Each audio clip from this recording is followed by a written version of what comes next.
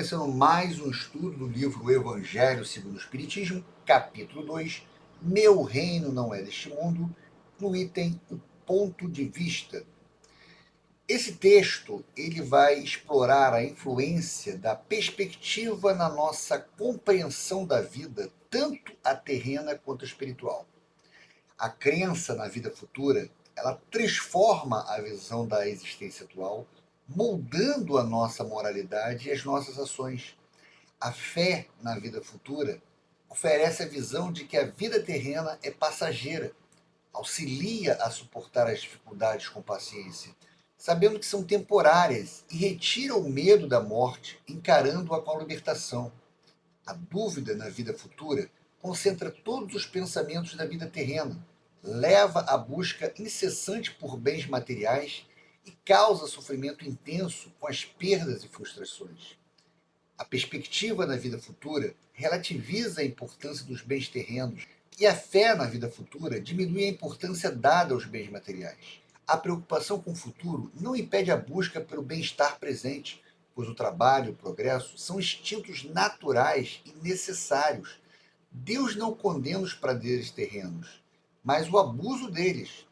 O Espiritismo amplia a visão da vida, mostrando a conexão entre todas as existências, oferecendo uma base para a fraternidade universal e mostra que a vida terrena é apenas um elo na obra do Criador. Resumindo, o texto convida a reflexão sobre a perspectiva da vida, mostrando como a fé na vida futura pode trazer equilíbrio, paz e serenidade, enquanto a dúvida pode levar à angústia e ao sofrimento. A ideia clara e precisa que se faça da vida futura proporciona inabalável fé no porvir, fé que acarreta enormes consequências sobre a moralização dos homens, porque muda completamente o ponto de vista sobre o qual encaram eles a vida terrena. O que Kardec está querendo dizer com isso? Ele está querendo dizer que na doutrina espírita a compreensão da vida futura é fundamental, pois ela vai influenciar diretamente a conduta moral de cada pessoa. Uma vez que a doutrina espírita ensina que nossas ações na Terra têm consequências no plano espiritual.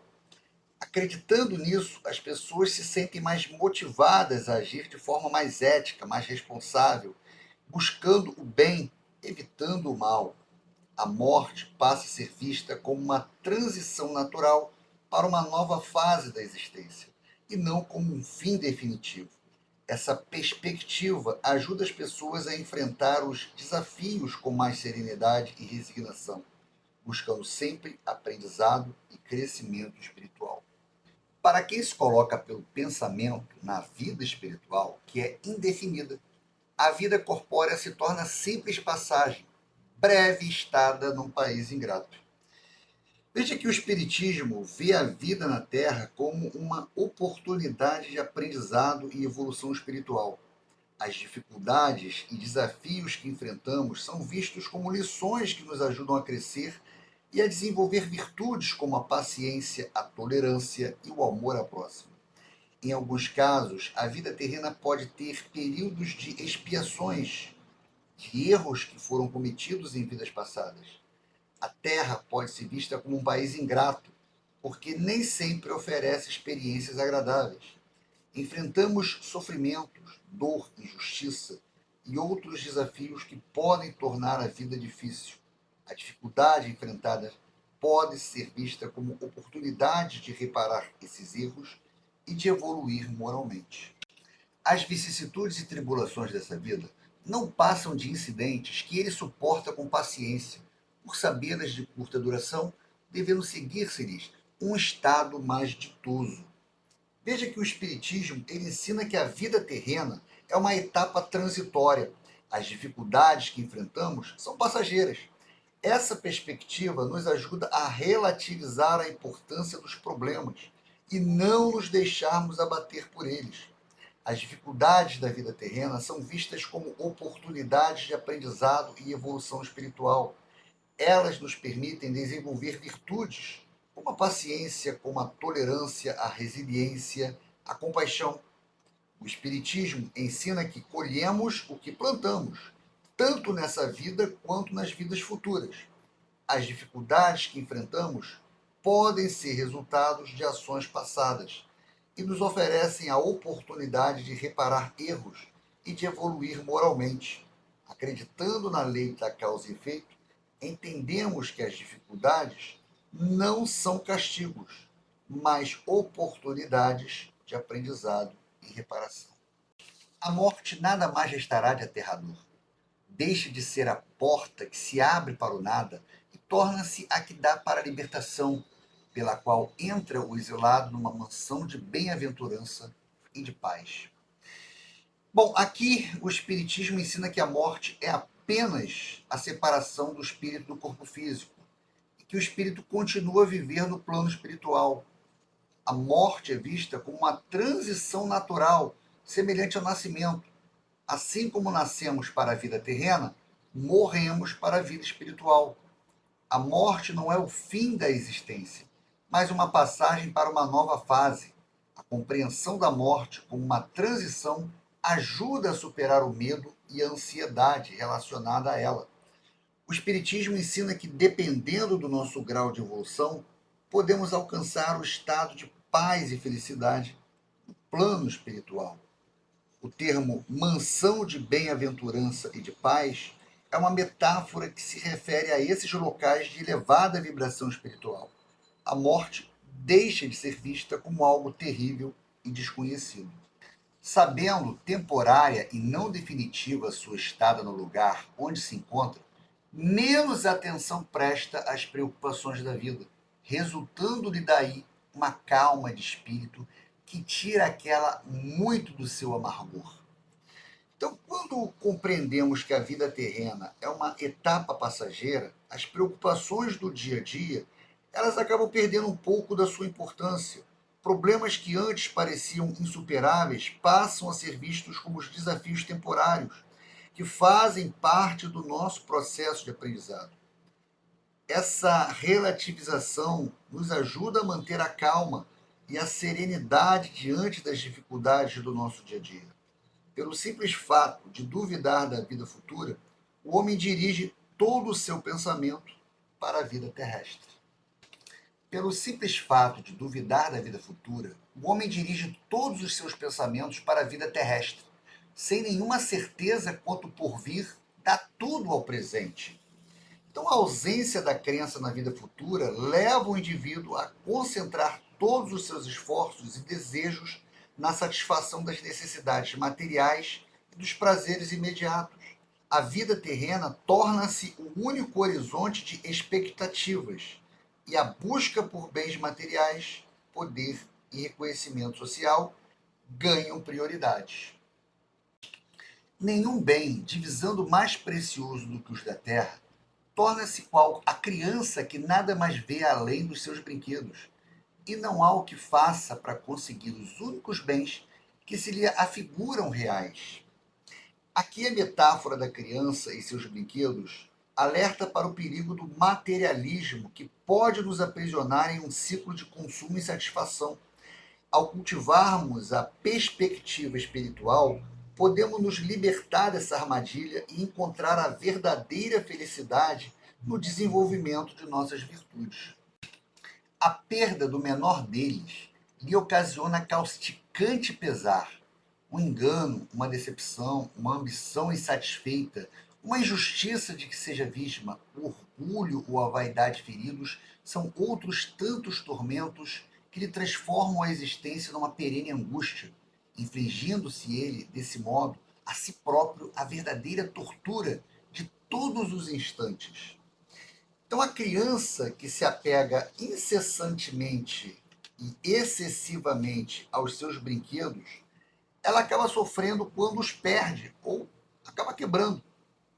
Dessa mesma forma, o adulto que se apega excessivamente aos bens materiais, status sociais, reconhecimento público, ele sofre quando os perde ou os vê ameaçado. Então veja, os bens materiais, status sociais, reconhecimentos públicos, eles são inerentes e transitórios. Os bens materiais podem ser perdidos por roubo, desastres naturais, falência, obsolência. O status social pode ser perdido por escândalos, demissões, mudanças na sociedade ou simplesmente pelo envelhecimento. O reconhecimento público pode ser perdido por críticas, controvérsias, mudanças na opinião pública ou pelo esquecimento. A busca por bens materiais, status sociais, reconhecimento público pode levar a uma vida de ansiedade e frustração, pois sempre haverá o medo de perder o que foi conquistado, fazendo com que a pessoa tenha comportamento antiético, como a busca por atalhos, a exploração de outros ou a manipulação da opinião pública, ou em alguns casos, até mesmo o isolamento social, pois a pessoa se concentra em suas próprias conquistas e acaba se afastando de outras pessoas. Colocando o ponto de vista onde se considera a vida corpórea no lugar mesmo em que aí se encontra, vastas proporções assume tudo o que rodeia, o mal que o atinja como o bem que o toque aos outros. Grande importância adquire aos seus olhos. Veja que aqui a falta de perspectiva espiritual, ela amplia a importância dos eventos terrenos, levando a reações exageradas diante das circunstâncias. Quando nossa visão da vida se limita ao plano material, tendemos a supervalorizar os eventos terrenos, sejam eles positivos ou negativos. A falta de uma perspectiva espiritual nos impede de enxergar a vida como um todo, com suas diferentes dimensões e propósitos. Sem a perspectiva espiritual, os problemas e as alegrias da vida ganham proporções exageradas. Um pequeno revés pode parecer uma catástrofe, enquanto um sucesso momentâneo pode ser visto como um ápice de felicidade. Essa visão distorcida nos leva a reagir de forma desproporcional diante das circunstâncias, gerando ansiedade, gerando frustrações e gerando sofrimento. Aquele que se acha no interior de uma cidade, tudo lhe parece grande. Assim, os homens que ocupem as altas posições, como os monumentos. Suba ele, porém, a uma montanha, e logo bem pequenos lhe parecerão os homens e as coisas. Então veja que, nesse contexto, a visão limitada da cidade, quando estamos imersos em um ambiente, como uma cidade, tendemos a supervalorizar as coisas que nos rodeiam. Por exemplo, os prédios altos, as pessoas importantes, engravatadas, os problemas do dia a dia parecem enormes e urgentes. Essa visão limitada nos impede de enxergar o quadro geral e de relativizar a importância das coisas. Porém, quando subimos uma montanha, temos uma visão panorâmica da cidade e do mundo ao nosso redor. Os prédios antes altos se tornam pequenos, as pessoas importantes se tornam apenas pontinhos, e os problemas do dia a dia perdem a sua urgência. Essa visão ampla nos permite relativizar a importância das coisas e ter uma perspectiva mais equilibrada da vida. A perspectiva espiritual é como subir uma montanha. Ela nos permite ter uma visão panorâmica da vida e do universo. Ao desenvolvermos a perspectiva espiritual, passamos a enxergar a vida terrena como uma etapa passageira em uma jornada espiritual contínua. Os bens materiais, os status sociais e o reconhecimento público, eles acabam perdendo a sua importância. E passamos a valorizar mais os valores espirituais, como o amor, a compaixão e a gratidão. E essa perspectiva espiritual, ela vai nos ajudar, a relativizar a importância das coisas terrenas, que passam a ser vistas como ferramentas para o nosso crescimento espiritual. Os problemas terrenos passam a ser vistos como oportunidades de aprendizado e crescimento, e não mais como obstáculos intransponíveis. A morte deixa de ser vista como o fim da vida e passa a ser vista como uma transição para uma nova fase da jornada espiritual. É o que sucede ao que encara a vida terrestre do ponto de vista da vida futura. A humanidade, tanto que as estrelas do firmamento, perde-se na imensidão. Então, a visão espírita amplia a compreensão da vida, mostrando a insignificância das preocupações terrenas diante da vastidão da vida espiritual. A vida espiritual, ela é vasta e complexa, com diversos planos e dimensões. A humanidade, vista do ponto de vista da vida espiritual, ela é apenas uma pequena parte da criação divina. As estrelas do firmamento, que nos parecem tão grandes e importantes, se perdem na imensidão do universo. Percebe-se então que grandes e pequenos estão confundidos, como formigas sobre montículos de terra, que proletários e pontetados são da mesma estatura, e lamenta que essas criaturas efêmeras a tantas canseiras se entreguem para conquistar um lugar que tão pouco as elevará e que por tão pouco tempo conservarão. O Espiritismo promove a igualdade e a humildade, mostrando que as diferenças sociais são passageiras. A doutrina espírita ensina que todos os espíritos são iguais perante Deus, independente de sua posição social, riqueza ou poder. As diferenças sociais são vistas como circunstâncias passageiras que não refletem o valor intrínseco de cada espírito. A metáfora da formiga sobre o montículo de terra ilustra como as diferenças sociais se tornam insignificantes quando vistas do ponto de vista da vida espiritual. A doutrina espírita não prega a igualdade material, mas sim a igualdade de oportunidades e a justiça social. Acreditamos que todos os espíritos têm o direito de evoluir e de ter acesso aos recursos necessários para o seu desenvolvimento. A desigualdade social é vista como um obstáculo à evolução espiritual, tanto dos privilegiados quanto dos desfavorecidos. A doutrina espírita, ela nos convida a cultivar a humildade, reconhecendo a transitoriedade da vida terrena e a importância dos valores espirituais. A metáfora do proletários e pontetados da mesma estatura ilustra como as diferenças sociais se tornam irrelevantes.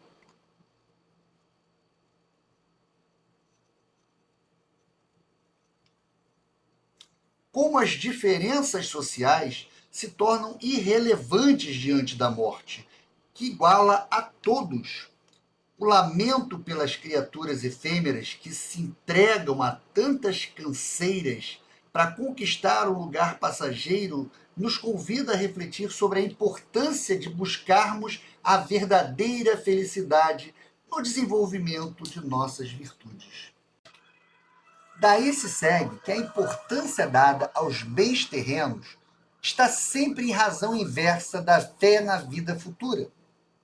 Veja que aqui o texto ele chama a atenção que quanto maior a fé na vida espiritual, menos se dá importância aos bens materiais. O Espiritismo ele ensina que a vida terrena é uma etapa passageira em uma jornada espiritual contínua. Acredita-se que o espírito, nossa essência imortal, passa por diversas encarnações para aprender, evoluir e aperfeiçoar. Essa visão relativiza a importância dos bens materiais, que são vistos como ferramentas temporárias para o nosso desenvolvimento. A doutrina espírita coloca a vida espiritual como uma realidade fundamental, enquanto a vida terrena é vista como uma experiência passageira. Acreditamos que a verdadeira felicidade e a realização são encontradas no desenvolvimento de nossas virtudes e na busca pelo conhecimento espiritual. Essa crença nos leva a valorizar mais os bens espirituais, como o amor, a compaixão e a sabedoria, do que simplesmente bens materiais. A fé na vida futura nos incentiva a cultivar o desapego material, compreendendo que os bens materiais não são a fonte da felicidade duradoura. O desapego não significa renunciar aos bens materiais, mas sim utilizá-los de forma consciente e responsável, sem apego. O desapego nos liberta da ansiedade e do medo de perder os bens materiais, permitindo-nos viver com mais leveza e serenidade. Dessa forma, a doutrina ela não prega a pobreza ou a renúncia dos bens materiais, mas sim o equilíbrio entre a necessidade material e a necessidade espiritual. Acredita-se que é importante utilizar os bens materiais de forma justa e solidária, compartilhando-os com aqueles que necessitam. O equilíbrio nos permite viver de forma plena e consciente, aproveitando as oportunidades de aprendizado e crescimento que a vida terrena tem a nos oferecer. Se toda a gente pensasse dessa maneira, dir-se-ia tudo na Terra periclitaria, porquanto ninguém mais se iria ocupar com as coisas terrenas. Aqui, Kardec apresenta um cenário hipotético, onde todos se desinteressam pelas questões mundanas, levando ao colapso da nossa sociedade. Ele destaca a importância das atividades terrenas para a manutenção da vida, ou seja, as atividades humanas cotidianas são essenciais para a manutenção da sociedade. Sem elas, a estrutura social, econômica, entraria em colapso. Então ele nos lembra que, embora a espiritualidade seja importante, não podemos negligenciar as responsabilidades e as necessidades do mundo material. Não, o homem instintivamente procura o seu bem-estar. E, embora certo de que só por pouco tempo permanecerá no lugar em que se encontra, cuida de estar aí o melhor ou menos mal que lhe seja possível. O que Kardec está querendo dizer com essa frase? Aqui, o texto se contrapõe ao cenário anterior, afirmando que o instinto humano leva à busca por conforto e melhoria das condições de vida, mesmo que temporárias. Esse bem-estar pode abranger diversas áreas, como conforto físico, segurança, satisfação das necessidades básicas. Ela também sugere que essa busca não é necessariamente algo egoísta ou materialista, mas sim uma expressão do instinto de conservação e do desejo de bem-estar. Ninguém há que, dando com o espinho debaixo da sua mão, não a retire para se não picar. Ora, o desejo do bem-estar força o homem a tudo melhorar, impelido que é pelo instinto do progresso e da conservação, que está nas leis da natureza.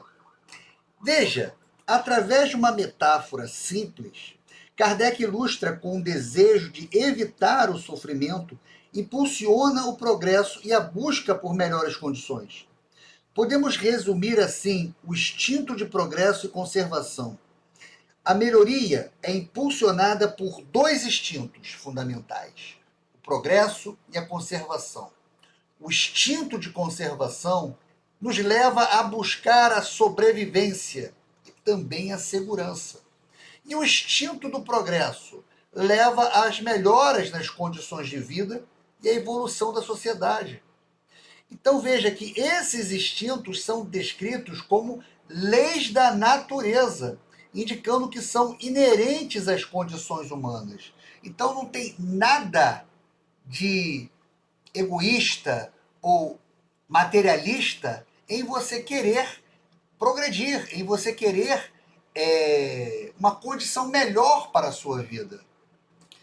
Ele, pois, trabalha por necessidade, por gosto e por dever, obedecendo desse modo aos desígnios da providência, que para tal fim o pôs na terra. Simplesmente aquele que se preocupa com o futuro não liga ao presente mais do que relativa importância e facilmente se consola dos seus insucessos, pensando no destino que o aguarda. Então veja que aqui Kardec ele argumenta que o trabalho é uma resposta às necessidades humanas e um cumprimento do próprio propósito divino. Ele também destaca que a preocupação com o futuro relativiza os problemas presentes. Kardec destaca que o trabalho é motivado por três fatores: a necessidade, o gosto e o dever. A necessidade refere-se às necessidades básicas de sobrevivência: alimento, moradia, vestuário. O gosto se refere à realização pessoal que o trabalho pode trazer. E o dever representa o senso de responsabilidade social e o cumprimento dos propósitos maiores. Então, veja que aqui a gente pode conectar o trabalho aos desígnios da providência, sugerindo que ele faz parte de um plano divino. Logo, a ideia de que Deus pôs o homem na terra para tal fim reforça a importância do trabalho como uma missão. O autor introduz a ideia de que a preocupação com o futuro altera a percepção do presente. Ou seja, aqueles que se concentram no futuro tendem a dar menos importância aos problemas e sucessos do presente. Isso não quer dizer que a pessoa não se preocupe com o presente, mas sim que ela o vê como algo relativo e passageiro. A pessoa que pensa no futuro consegue se consolar mais facilmente com os insucessos, pois pensa que o que está acontecendo no presente não é mais importante, e sim o que espera no futuro. A crença em um destino que o aguarda oferece conforto e esperança, ajudando a superar as dificuldades do presente. Deus, consequentemente, não condena os gozos terrenos. Condena, sim, o abuso desses gozos em detrimento das coisas da alma. Contra tais abusos é que se presumem os que a si próprios aplicam estas palavras de Jesus: meu reino não é deste mundo. Então, esta frase ela esclarece que a busca por prazeres terrenos não é condenável, desde que não prejudique o desenvolvimento espiritual. A frase de Jesus é interpretada como um alerta contra o apego excessivo aos bens materiais.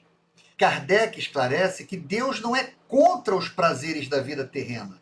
A condenação divina recai sobre o abuso desses prazeres, ou seja, quando eles se tornam excessivos e prejudicam o desenvolvimento espiritual. Existe uma linha tênue entre o que é aceitável e o que se torna prejudicial. Aqueles que aplicam a frase de Jesus em suas vidas buscam evitar o apego excessivo aos prazeres materiais. Eles buscam o equilíbrio entre as necessidades do corpo e as necessidades da alma. Aquele que se identifica com a vida futura assemelha-se ao rico que perde sem emoção uma pequena soma. Aquele cujos pensamentos se concentram na vida terrestre assemelha-se ao pobre que perde tudo o que possuía e se desespera. Kardec utiliza uma analogia para ilustrar a diferença entre aqueles que priorizam a vida espiritual e aqueles que se apegam à vida material. Ele utiliza uma comparação entre dois extremos sociais, o rico e o pobre. E essa escolha serve para destacar o contraste entre aqueles que priorizam a vida espiritual e aqueles que se apegam à vida material. A perda de bens materiais tem impactos diferentes para cada um deles. Aquele que se identifica com a vida futura representa a pessoa que se concentra nos valores e nas esperanças da vida após a morte, na eternidade. Para essa pessoa, os bens materiais representam algo passageiro, algo relativo. A perda de uma pequena soma para o rico não causa grande impacto emocional. Essa perda representa as perdas materiais na vida terrena, que não abalam profundamente aqueles que priorizam a vida espiritual. Aqueles cujo pensamento se concentram na vida terrestre representa a pessoa que se apega aos bens materiais e às conquistas do mundo presente. Para essas pessoas, a vida terrestre é tudo o que existe. A perda de tudo o que possui para o pobre causa desespero, pois representa a perda de tudo o que ele valoriza. Essa perda representa o impacto devastador que a perda de bens materiais pode ter sobre aqueles que se apegam a eles. Essa analogia final reforça a mensagem central do texto: a importância de equilibrar as necessidades materiais com as necessidades espirituais. O Espiritismo dilata o pensamento e lhe rasga horizontes novos. Essa frase de abertura estabelece o tom do texto, apresentando o Espiritismo como uma doutrina que expande a mente e oferece novas perspectivas. Dilata o pensamento sugere que o Espiritismo amplia nossa compreensão da realidade, nos libertando das limitações intelectuais. Rasga horizontes novos indica que o Espiritismo revela novas possibilidades e caminhos de conhecimento que antes estavam ocultos.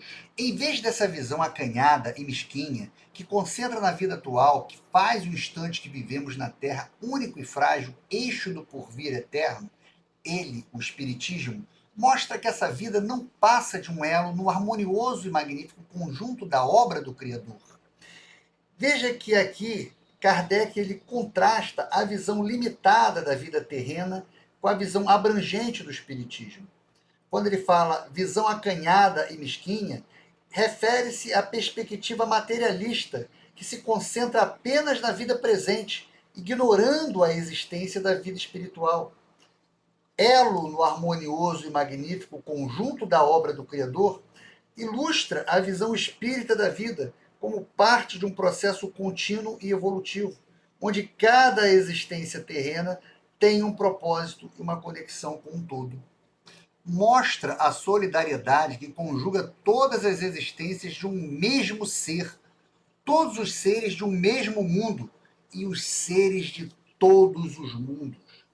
Essa frase ela destaca que a solidariedade não é apenas um valor moral, mas um princípio fundamental que permeia toda a criação, segundo a visão espírita. Ela implica que todos os seres estão interligados e dependentes um do outro, formando uma grande teia de relações. A frase se refere à solidariedade que conjuga todas as existências de um mesmo ser. Isso remete à doutrina da reencarnação, que afirma que o mesmo espírito passa por múltiplas vidas. Essas vidas estão interligadas por laço de causa e efeito, e as experiências de uma vida influenciam as vidas subsequentes. Isto quer dizer que a vida atual de cada ser está interligada às suas vidas passadas e irão influenciar as suas vidas futuras. A frase também menciona a solidariedade que conjuga todos os seres de um mesmo mundo. Isso se refere à interdependência entre os seres que habitam o mesmo planeta. Todos os seres compartilham o mesmo ambiente e estão sujeitos às mesmas leis naturais, o que cria uma ligação intrínseca entre eles. E, por fim, a frase se estende à solidariedade que conjuga os seres de todos os mundos revela a visão espírita de um universo habitado por inúmeras formas de vida, todas interligadas por laços de fraternidade. Acredita-se que os espíritos podem transitar entre os diferentes mundos, o que fortalece a conexão entre eles. Todos os planetas habitados estão interligados e todos os seres vivos desse planeta também estão interligados. Faculta, assim, uma base, uma razão de ser fraternidade universal, enquanto a doutrina da criação da alma, por ocasião do nascimento de cada corpo, torna estranhos uns aos outros todos os seres. Kardec destaca que o Espiritismo oferece uma base sólida para a fraternidade universal. A crença na reencarnação e na comunicação entre os mundos cria um senso de parentesco entre todos os seres. A ideia de que somos todos espíritos em evolução, passando por diferentes experiências, nos une em um propósito comum. A reencarnação nos mostra que as almas passam por múltiplas existências, criando laços que transcendem uma única vida. A comunicação entre os mundos, por meio da mediunidade, revela que estamos todos conectados, mesmo com aqueles que já partiram. Em contraste, a doutrina da criação da alma, do nascimento, isola os indivíduos. Se a alma é criada apenas no nascimento, não há ligação anterior entre os seres, tornando-os estranhos uns aos outros. O Espiritismo mostra que todos os seres vivos fazem parte de uma grande família universal. Essa solidariedade entre as partes de um mesmo todo explica o que é inexplicável se apresenta, desde que considere apenas um todo.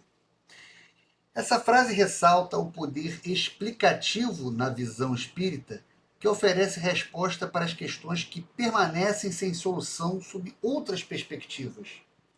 Ela destaca que a solidariedade é a chave para compreender fenômenos que parecem inexplicáveis sob uma perspectiva limitada. A visão espírita, ao considerar a vida como parte de um todo interconectado, oferece um contexto mais amplo para entender eventos e experiências. A frase alerta para os perigos de analisar a realidade de forma fragmentada, considerando apenas um ponto isolado. Ao analisar um problema ou situação, o Espiritismo procura entender todas as ligações que levaram a tal situação. Muitas questões existenciais, como o sofrimento, a desigualdade e a morte, permanecem sem resposta satisfatória sob uma perspectiva materialista. O Espiritismo, ao considerar a reencarnação, a lei da causa e efeito e a comunicação entre os mundos, oferece explicações lógicas e coerentes para essas questões. A reencarnação, por exemplo, explica a desigualdade entre os seres vivos, como consequência da vida passada. Esse conjunto, ao tempo do Cristo, os homens não teriam podido compreender, motivo porque reservou para outros tempos o fazê-lo conhecido.